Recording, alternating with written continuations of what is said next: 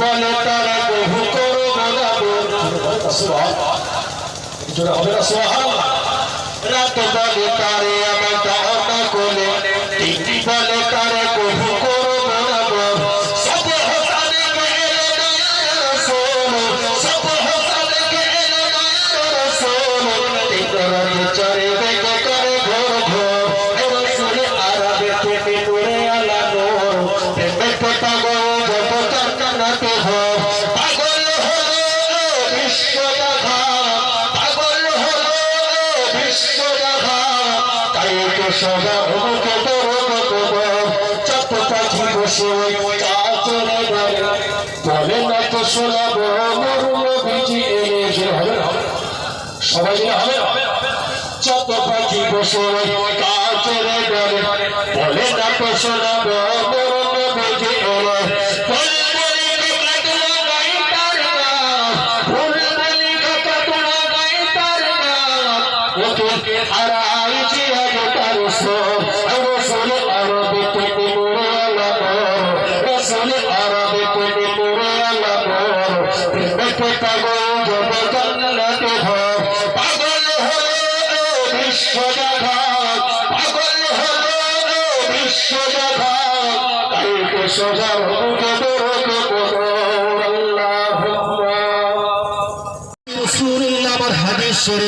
এই দুটো জিনিসকে তোমরা বুকে জড়িয়ে থাকবে এই দুটো জিনিসের উপরে তোমরা আমল করবে এই দুটো জিনিসের উপরে তোমরা দুনিয়াবি জিন্দেগিটা কাটিয়ে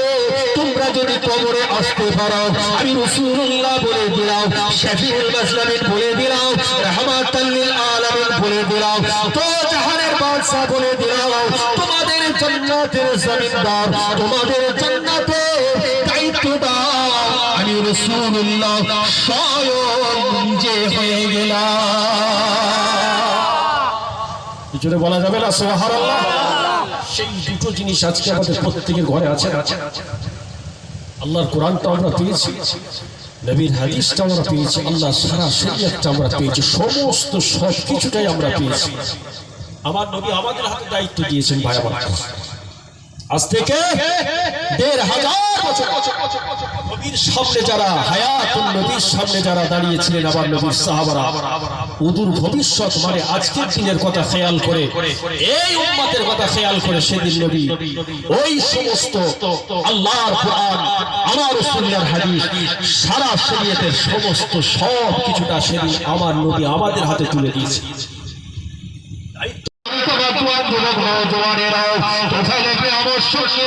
রাসূলুল্লাহকে বলে ফেলেছিল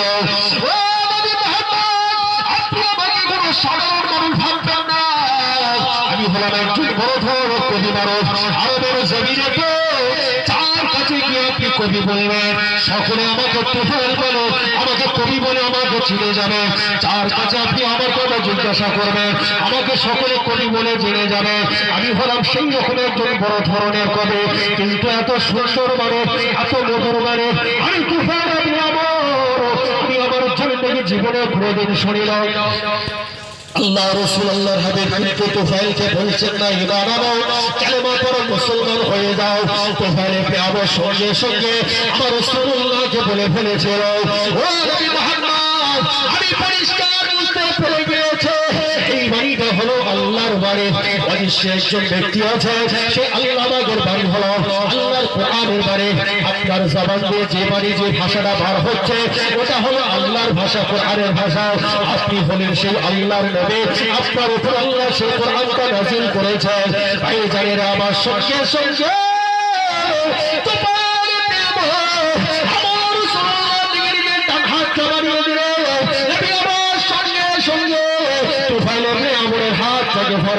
ইমানের কালেমা পড়িয়ে মুসলমান বানিয়ে দিয়েছিলে একটু জোরে কি বলা যায় না সুবহানাল্লাহ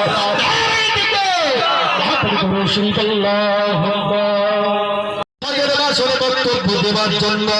সমস্ত সাহাবা হুজুরদের একত্রিত করলেন আমার মুহাজিরিন